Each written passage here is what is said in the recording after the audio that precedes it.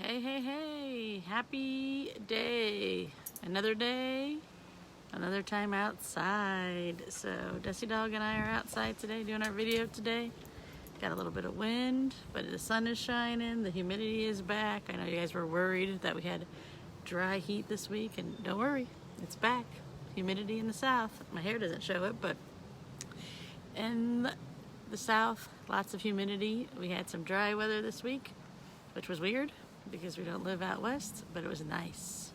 It was nice. All right, so today is Friday, and I've been reflecting on the Friday before Memorial Day, which that's what it is right now, but 8 years ago it was also the Friday before Memorial Day. So I've been reflecting back on that because Sunday is Ellie's birthday, so I was reflecting back on what I was doing on the Friday before her birthday.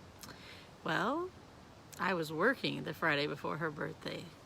I was a preschool teacher, and I worked all the way up until the Friday Memorial Day.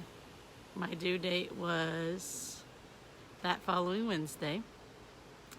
So I said, this is a good place to stop. I wasn't like physically taxed out because my pregnancy and my body did fabulous during that, and that could be a whole nother video. I could tell you all about that.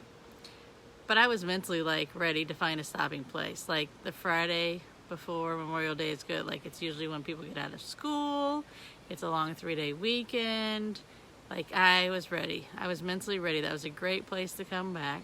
It was a great place to leave. It wrapped it all up. School was wrapping up. It was a nice finishing point. I didn't have to like leave. And by the way, if you have any control in when you have your baby, that being pregnant from whatever that is, August to May, is like perfect. Like you don't even know you're pregnant. Why it's fall, then it's winter time, then spring doesn't really get going with the hot weather so much, and then it's time to deliver your baby.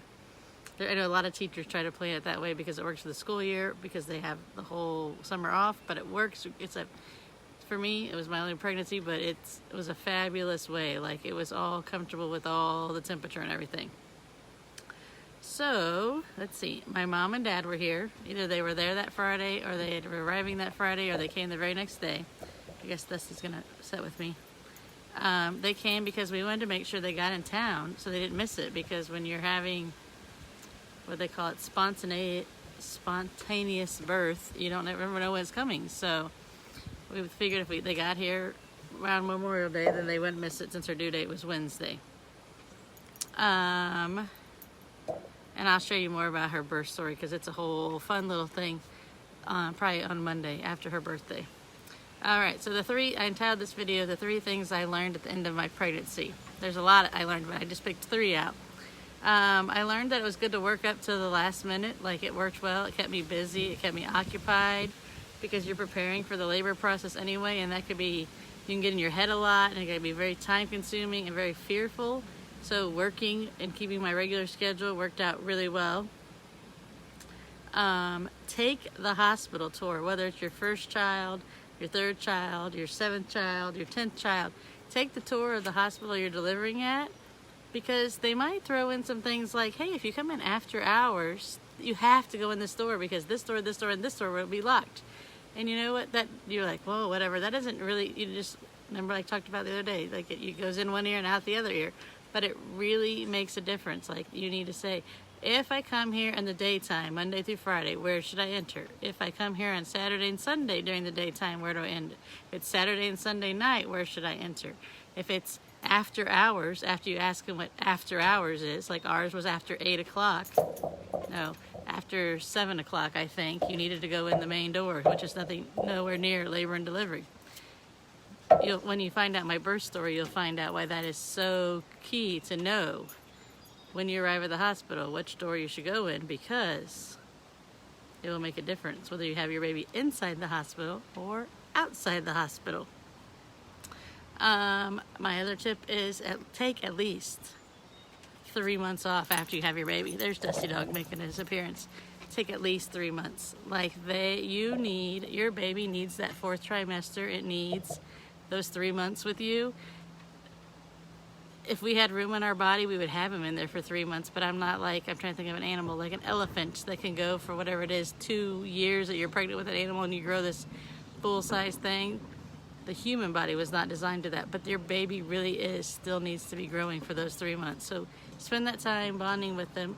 It took you 40 plus weeks to make that baby. You're gonna need at least 3 months, probably 6 months or more to recover from having that baby. Let's see. So yeah, at least 3 months. I mean, America is so behind on that. Like Europe, you take off like a whole year in most places. Like you get a whole year with your baby, because 3 months of it, literally, they're developing. They grow so much from birth to 3 months. It's just incredible how much they really form. They literally come out like a little pterodactyl. I always call that cry the little pterodactyl, and then they form into like a baby cry, because they are still like, they're fully developed, but they're still underdeveloped. There we go. Everybody gets a shake because Dusty went under the table. So that's the 3 things I learned at the end of my pregnancy. Take the hospital tour. Take the time off. And keep working. Like, work as long as you possibly can, or keep busy, because then I only had, when it was a holiday, I only had Tuesday, Wednesday, and she's born on Thursday. 3 days to really, like, get in my head too much about the fear of childbirth, which there isn't. It should be excitement of childbirth. And you weren't consumed by it, so it worked out really well on what your plan is. So join my heart-centered advocacy group. I'll put the link in the video, or a link in the comments when I get done. You can watch this again on YouTube, because it'll be on YouTube. And you guys have a great day, and I'll see you back with the birth story of Ellie. Love y'all. Bye.